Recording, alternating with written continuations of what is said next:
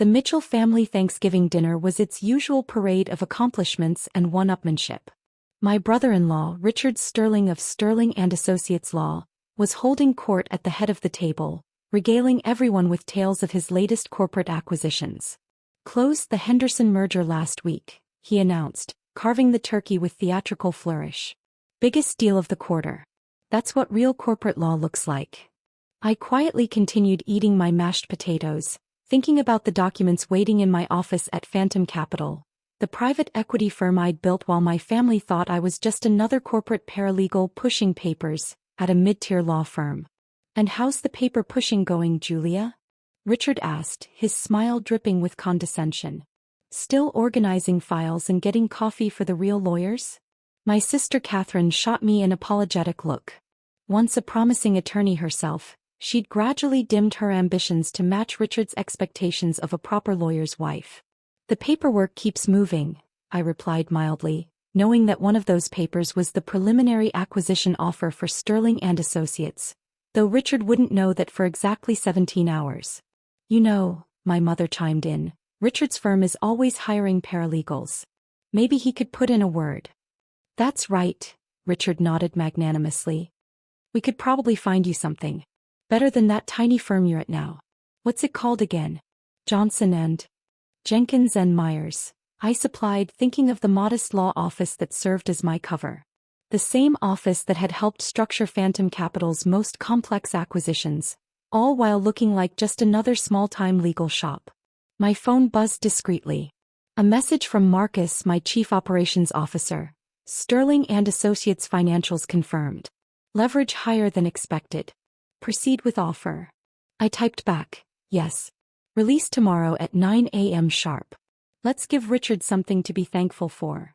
"Speaking of firms," Richard continued, helping himself to more wine, "we're expanding again. Taking over that whole building on Fifth Avenue. That's what success looks like, corner offices and marble lobbies, not some strip mall legal clinic." If he only knew that Phantom Capital owned that building, along with most of the premium commercial real estate in the financial district. That his firm's expansion was only possible because I deliberately kept the lease rates artificially low, waiting for the right moment. "The legal profession has many levels," I offered, passing the cranberry sauce. "Not everyone needs marble lobbies to do good work." Richard laughed, the sound echoing off the dining room's expensive wallpaper. "Good work. Filing paperwork and processing basic contracts isn't exactly high-level legal practice. Leave the real corporate law to professionals who understand it." Catherine winced slightly. She knew better than anyone how Richard defined professionals. Exclusively male, exclusively from top-tier schools, exclusively with the right connections. "How's that merger going?" I asked innocently. "The Henderson deal?" "Perfectly," he boasted. "Though I wouldn't expect you to understand the complexities. It's all very high-level stuff." My phone buzzed again. "Marcus, Henderson deal showing signs of stress. Their stock dropped 12% after hours on leaked due diligence concerns." I smiled, thinking of the analysis Phantom Capital had quietly distributed to key Henderson shareholders. Analysis showing exactly why Sterling and Associates' merger structure was deeply flawed. "Just trying to learn from the professionals," I said, watching Richard preen at what he assumed was admiration. "Well," he declared, raising his wine glass, "here's to success. To those who achieve it and those who support from the sidelines." The family joined his toast, though I noticed Catherine's hand trembling slightly as she lifted her glass. She'd seen my expression, the one I usually wore before executing a particularly complex strategy. "To success," I echoed, thinking of tomorrow's announcement. "And to understanding what it really means." Richard launched into another story about his brilliant legal maneuvering, completely unaware that in less than a day his professional world would undergo a seismic shift. My phone lit up with a final message from Marcus. "All pieces in place. Sterling and Associates board will receive the offer at 9 a.m. Their vulnerabilities are exactly where we predicted." I excused myself early, citing paperwork that needed attention. Richard's dismissive wave followed me out along with his voice. "See? That's the difference between us and them. Real lawyers work on strategy. Paper pushers work on, well, paper." If he only knew that some of that paper was about to reshape his entire understanding of corporate law and success. The next morning transformed Sterling and Associates from a symbol of legal prestige into ground zero of corporate upheaval.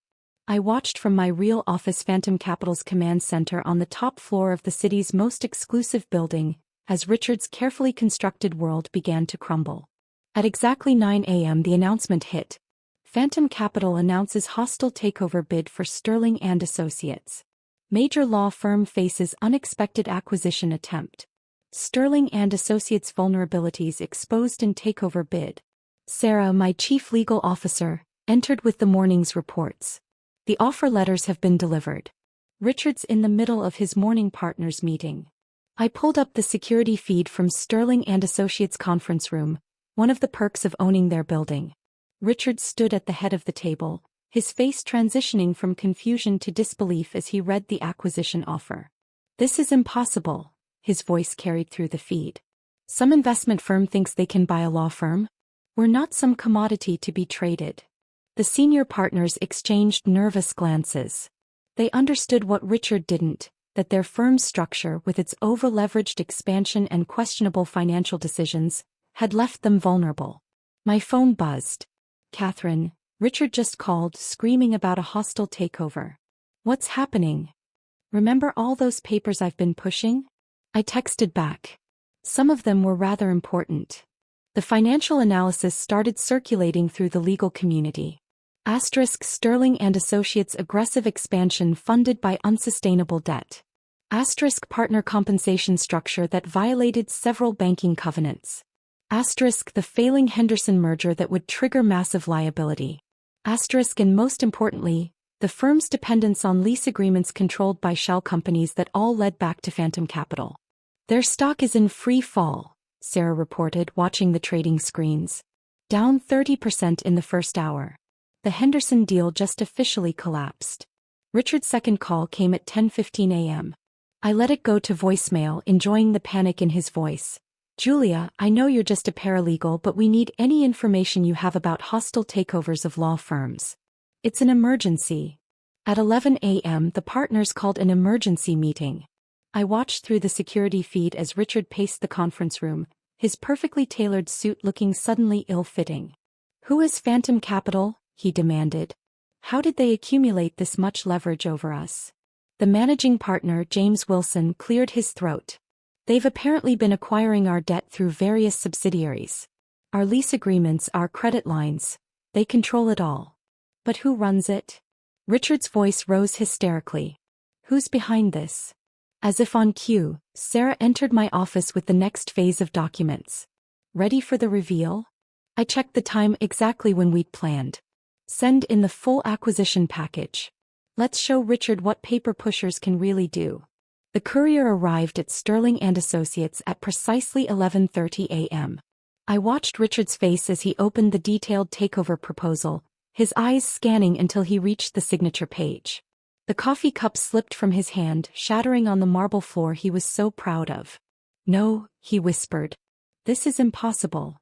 The partners crowded around, their own expressions shifting from confusion to shock as they read my name and title. "Julia Mitchell. Phantom Capital. Managing Director Jenkins and Myers, Phantom Subsidiary." "The paralegal?" James Wilson's voice cracked. "She's the one behind Phantom Capital?" Richard's face had turned an interesting shade of gray. But she just pushes papers. She works in a strip mall law office. A strip mall office that structured some of the largest private equity deals in the country," I murmured, watching their realization unfold. "Amazing what you can accomplish when people underestimate you." The next 48 hours transformed Sterling and Associates from a bastion of legal arrogance into a case study in corporate humility. The financial press had a field day. Phantom Capital CEO revealed, from paralegal to powerhouse. Sterling and Associates, a lesson in underestimation. How a paper pusher orchestrated the year's biggest legal takeover. By morning, Richard's carefully constructed world had completely unraveled. The Henderson merger's collapse triggered a cascade of client departures. The firm's over-leveraged expansion plans crumbled under scrutiny. And the partners were finally discovering just how many of their assets were actually controlled by Phantom Capital. Your brother-in-law is in the lobby, Marcus reported. He's been there for an hour demanding to see you. I checked the security feed. Richard looked nothing like the smug attorney who'd mocked my career at Thanksgiving. His designer suit was rumpled, his carefully styled hair disheveled, his usual confidence replaced by desperate panic. Send him up, I decided. It's time for his legal education to continue. He burst into my office, then stopped short, taking in the command center of Phantom Capital. The wall of screens showing global transactions, the teams of analysts managing billion-dollar portfolios, the view from the penthouse he'd always bragged about wanting. How? He managed finally. You're just a paper pusher? I finished for him, enjoying how he flinched at his own words. Amazing how much you can accomplish while pushing the right papers. This is some kind of trick, he insisted, though his voice lacked conviction. You can't possibly have built all this while working at that strip mall firm. I pulled up the organizational chart of Phantom Capital's holdings. Jenkins and Myers was just the public face. Every major deal your firm handled in the past 5 years? We were on the other side, hidden behind shell companies and subsidiary structures. While you were bragging about corner offices, I was building an empire. The building leases, he whispered, realization dawning. All controlled by Phantom subsidiaries. Your firm's expansion? Only possible because we kept the rates artificially low, waiting for the right moment. I smiled. Consider it my contribution to your success story. Catherine arrived next, her own transformation evident. Gone was the subdued lawyer's wife, replaced by the sharp legal mind she'd always been. The partners are ready to discuss terms, she announced, avoiding Richard's gaze. Though they have some concerns about the management structure. They should be concerned, I replied, pulling out the complete acquisition plan. Especially the partners who approved those questionable compensation packages.